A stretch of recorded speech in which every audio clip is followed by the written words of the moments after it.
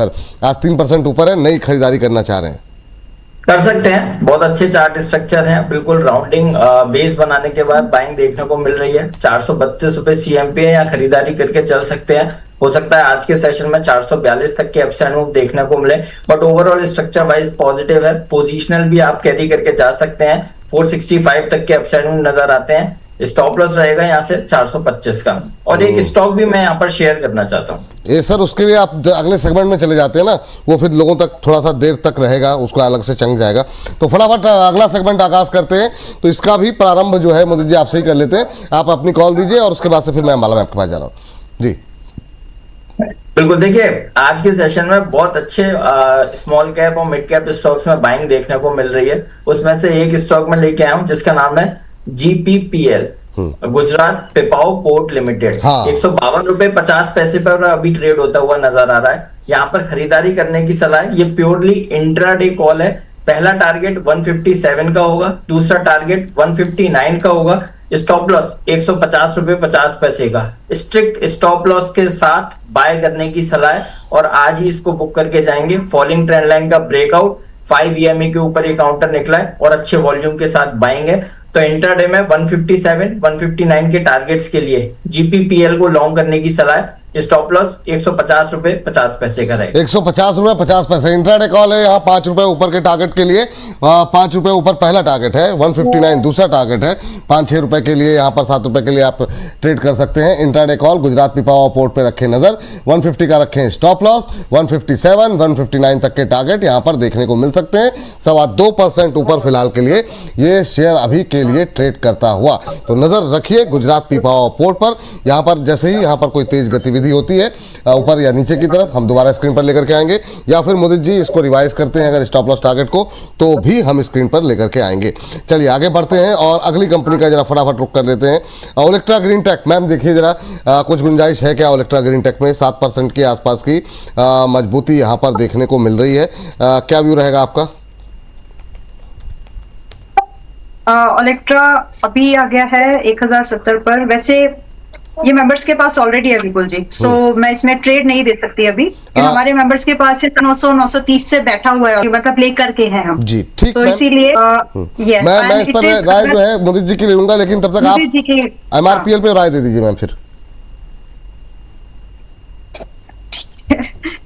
ठीक है, MRPL भी नहीं दे बोल सकते क्योंकि MRPL कुछ ऐसे स्टॉक्स है जैसे MRP हो गया, अभी चेन्नई पेट्रो, ये सब रेट्स हैं मेंबर्स के पास में। तो व्यू जरूर शेयर कर सकती हूँ, लॉन्ग व्यू है इन पे।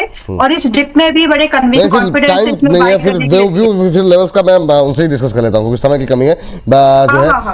बैंक BHEL, मैम देखिए जरा BHEL में क्या व्यू है? हाँ, तब तक सर आप ये दोनों शेयर पे लेवल्स तैयार रखिएगा sir.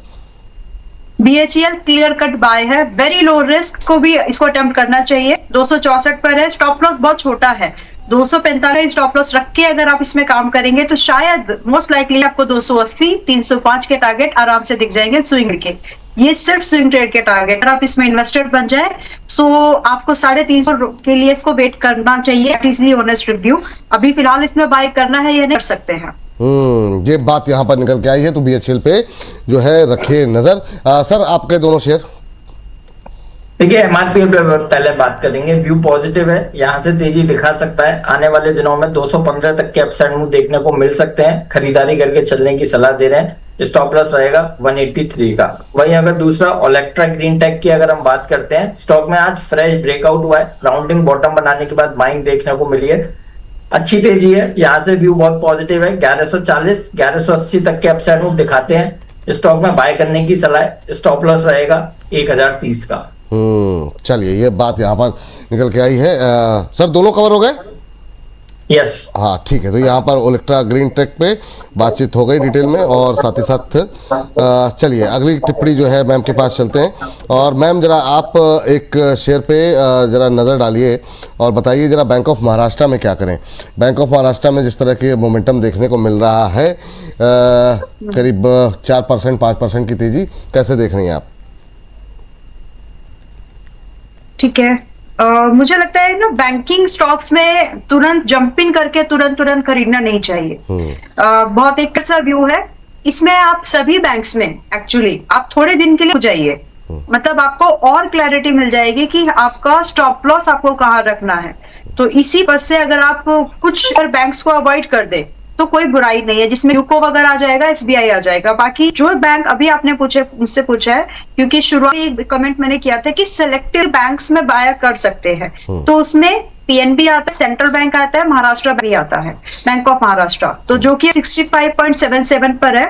Stop loss very low, सिर्फ 59 रुपीज का स्टॉप लॉस मेंटेन के एनीवेज आप लोगों को 71, 80 के टारगेट्स दिख सकते हैं इस पे, तो इसको एक बार अटेम्प्ट करना चाहिए। और आप इसको 80 तक के टारगेट तो आपके स्विंग के हैं, इन्वेस्टमेंट के थ्रू आपको 90 तक मिल सकता है। सो एक बहुत ही फेवरेबल रिस्क रिवॉर्ड आपके लिए बनेगा अगर आप इन्वेस्टर और ट्रेडर दोनों के नजरिए से इसको देखें।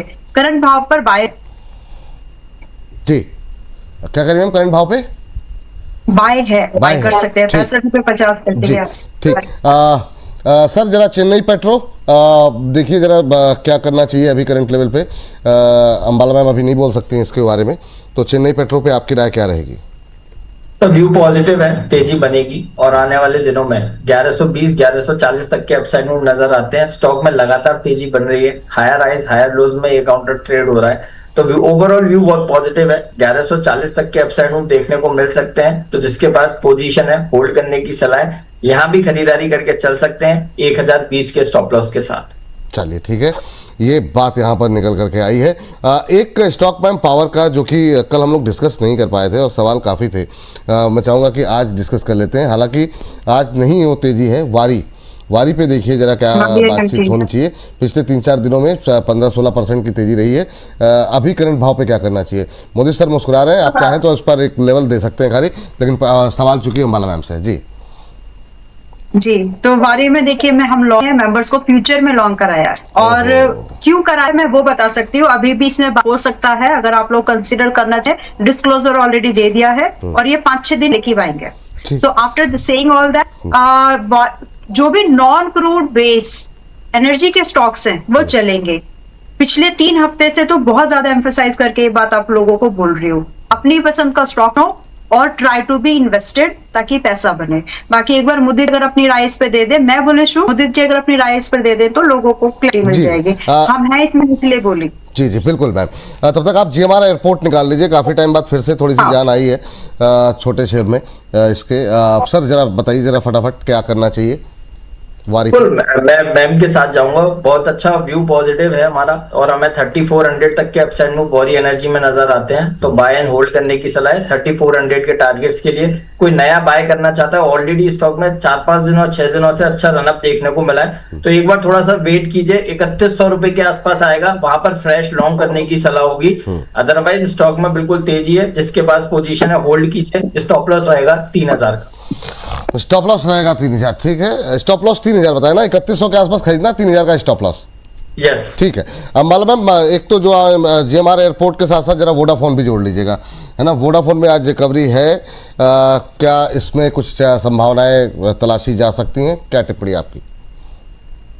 पहले वोडाफोन की बात कर लेते हैं, अभी इसमें कमेंट नहीं है। मैं बिल्कुल देखूंगी कि ये 8 से 10 रुपए की रेंज पर आए तो दोबारा रिव्यू करेंगे। इस बार अगर इसमें कोई ट्रेड मिस भी होता है सो आई हैव नो रिग्रेट, और दूसरी अपॉर्चुनिटीज है अपने पास। तो फिलहाल के लिए I am just continuing with my previous stand, रुक जाते हैं, मैं इसमें कोई फिजल भी नहीं दे रही।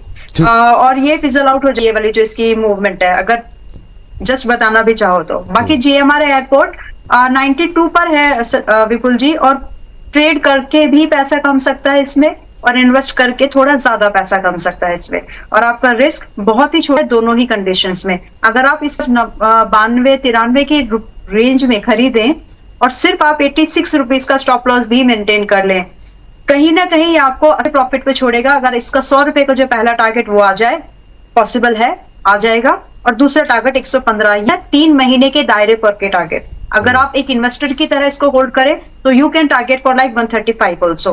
बोथ द केसेस, आप चाहे स्विंग ट्रेड प्लान कर रहे हैं 115 का, तब भी आपके लिए स्टॉप लॉस वही है कि आपको 86 का stop loss more than enough, बाकी इन्वेस्टमेंट का भी स्टॉप लॉस वही होगा। आज मुझे लगता है आपके 2 स्टॉक्स में आपका टारगेट होगा, मतलब एक तो GMDC लिमिटेड, लग रहा है कि 600 पार कर जाएगा। 600 का टारगेट था अभी जी, और 540 560 की रेंज से बाय है सभी के पास में। देख तो जीएमडीसी आज का आपको टारगेट देगा, बट इसलिए एडवांस में टारगेट अभी हिट नहीं हुआ है, आप इसको होल्ड कर और जा सकते हैं। ठीक। तो जीएमडीसी में मुझे लगता है कि 635 भी आपको दिख जाएगा, और तो आप चाहे तो होल्ड करके जाइएगा। ठीक मैम, ये बात तो हो गई। जीएमआर पे बात हो गई ना मैम, आपका आपने व्यू दे दिया ना अपना। हाँ जी, हाँ, हाँ अब जी, हाँ मोदी जी, सर, हाँ जी। आपके लिए एक तो राय कोल इंडिया पे मैं जानना चाहूँगा आपसे कि कोल इंडिया पे अभी आपका व्यू क्या है, और दूसरा पावर में काफ़ी एक्शन है, तो सिर्फ लेवल थोड़ा फास्ट चलेंगे क्योंकि 2-3 मिनट के अंदर अगला सेगमेंट शुरू करना है। टाटा पावर को लेकर के आपने पहले से रिकमेंडेशन है, मोमेंटम वाला शेयर है, और आज की स्टेजी में क्या करें? ठीक है, सबसे पहले कोल इंडिया ब्लैक डायमंड है, पोर्टफोलियो में सजा दीजिए इस काउंटर को। हमने टारगेट 500 के दिए हैं, 500 इंटैक्ट है। 500 भी निकालने के बाद ये काउंटर 530 तक के अपसाइड मूव दिखाएगा, बाय एंड होल्ड करने की सलाह है। यहाँ से स्टॉप लॉस रहेगा 450 का। दूसरा स्टॉक टाटा पावर, यस 436 के अपसाइड मूव के लिए, जिसके पास पहले से पोजीशन चल रही है, बिल्कुल आप यहाँ पर होल्ड करके चल सकते हैं। कोई नया बाय करना चाहता है तो एक बार डिप का वेट कीजिए, 400 रुपए के आसपास ये काउंटर दोबारा मिलेगा, वहां पे नया बाय करने की सलाह है। 436 के टारगेट के लिए स्टॉप लॉस रहेगा 387 का। ये बात जो है टाटा पावर को लेकर के निकल के आई है। मैम एसजेवीएन एनएचपीसी जरा निकालिए, जरा इन दोनों पे जो है। हाँ, कुछ करिए। दोनों ही अच्छे हैं, नहीं, अच्छे लेवल्स बता दीजिए। चार्ट भी देखने। ओके, फटाफट कि मतलब इन दोनों में अगर आज की स्टेजी में बाय कर सकते हैं क्या? हाँ, इसीलिए मैंने पहले ही बोला कि मैं तो दोनों ही अच्छे हैं। एसजीएबीएन सुबह भी हम लोगों ने दिया ही ना कि खरीद सकते हैं। तो 71-72 रुपए के आसपास की रेंज है, थोड़ा बहुत ऊपर नीचे होगा तो देख लीजिएगा, बट 71.43 एग्जैक्टली। तो 71 से 72 रेंज के you can be a buyer, डाल सकते हो आप, जिसमें कि आपको बेयर मिनिमम जो टारगेट अगर मैं देखूं तो 75 है, 80 है और 90 भी है। तो आप एसजेबीएन में फ्रेश लॉन्ग बनाने के बारे में बिल्कुल सोच सकते हैं। बुरा डिसीजन लगता मुझे ये।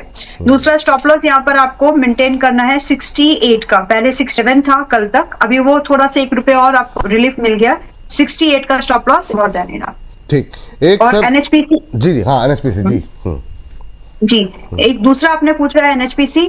एनएचपीसी ऑलरेडी आप लोग लॉन्ग हैं, फ्रेश बाय करना है तो करें। बाकी इसमें जो आउटलुक है वो अभी भी पॉजिटिव है। 72 से 13 रुपए की रेंज में लॉन्ग कराया था विपुल जी, अभी 18 रुपए पहला टारगेट अभी हिट हुआ है। तो यहाँ पर बुकने की जगह मेरी सलाह ये है, थोड़े स्टॉप लॉस को ट्रेल करो 74 पर एंड होल्ड करो, क्योंकि यहाँ अभी आपको 82 और 90 टारगेट दिखने वाले हैं मोर वेरी लाइकली। तो फिर भी स्विंग ट्रेड का मतलब स्विंग ट्रेड ही होता है। 10 दिन में अगर आपको अच्छा खासा परसेंटेज मिल रहा है तो आप अपना डिसीजन ले सकते हैं, बट मैं इसमें अभी भी बुलिश हूँ, क्योंकि मैं भी आपको फर्स्ट टारगेट होने के बाद भी मैं लॉन्ग यहाँ कॉन्फिडेंस के साथ में दे सकती हूँ, मतलब दैट पोटेंशियल इट हैज। तो बाकी रही रिस्क की, जिनको अब खरीदना है उनके लिए स्टॉप लॉस होगा 74, टारगेट 80, 82 एक्चुअली एंड 90। ठीक, सर दो काउंटर आपके लिए, बैंक ऑफ बड़ौदा और कैनरा बैंक, पीएसयू बैंक्स की इस रैली में क्या पार्टिसिपेट करना चाहिए या फिर ये एक छलावा हो सकती है? बहुत संक्षिप्त टिप्पणी।